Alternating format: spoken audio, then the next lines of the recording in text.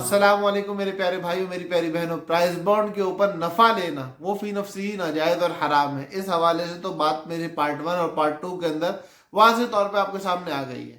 इस पार्ट 3 के अंदर बात ये करनी है कि अब प्राइस बॉन्ड खरीदे हुए रखे हैं तो उन रसीदों का क्या करना है और क्या हम आइंदा फर्दर प्राइस बॉन्ड बाय कर सकते हैं या नहीं।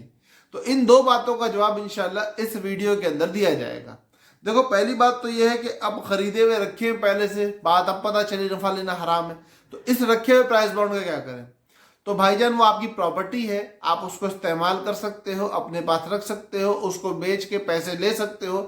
ये तमाम तर सूरतें जायज़ है। अलबत्ता सिर्फ और सिर्फ इस सूरत में जायज़ है कि जितने का लिया है उतने ही का बेचो।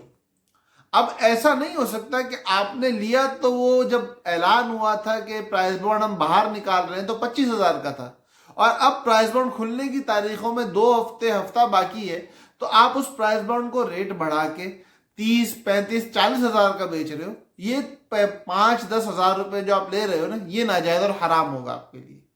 तो प्राइस बॉन्ड जो पहले से रखे हुए हैं उनको अपनी फेयर फेस वैल्यू के ऊपर बेचना वो जायज़ है, उसको इस्तेमाल करना पैसे को वो भी जायज़ है। जो चीज़ हराम है वो प्राइस बॉन्ड पे नफ़ा लेना या प्राइस बॉन्ड पे आपका इनाम वसूल करना नाजायज़ और हराम है। क्या आप प्राइस बॉन्ड खरीद सकते हैं? तो भाई, जब उसके ऊपर नफ़ा लेना नाजायज़ है, वो एक नाजायज़ मामले का अक़द है, तो इसलिए उसका ख़रीदना नए सिरे से मसला मालूम होने के बावजूद वो शरअन नाजायज़ होगा। वो प्राइस बॉन्ड हमारे लिए ख़रीदना जायज़ नहीं है, हमको बिल्कुल नहीं ख़रीदने चाहिए और इन प्राइस बॉन्डों से ख़ुद को बचा के रखना चाहिए। और अगली वीडियो में बताना है कि अब जो प्राइस बॉन्ड रखे हुए उनकी ज़कात कैसे अदा करनी है। तो इस हवाले से चैनल के साथ जुड़े रहें, चैनल को सब्सक्राइब कर लें, इन बातों को आगे साथियों तक पहुँचाएँ ताकि हराम से सब बच के अपनी ज़िंदगी गुजार सकें। अस्सलामु अलैकुम वरहमतुल्लाहि वबरकातुहू।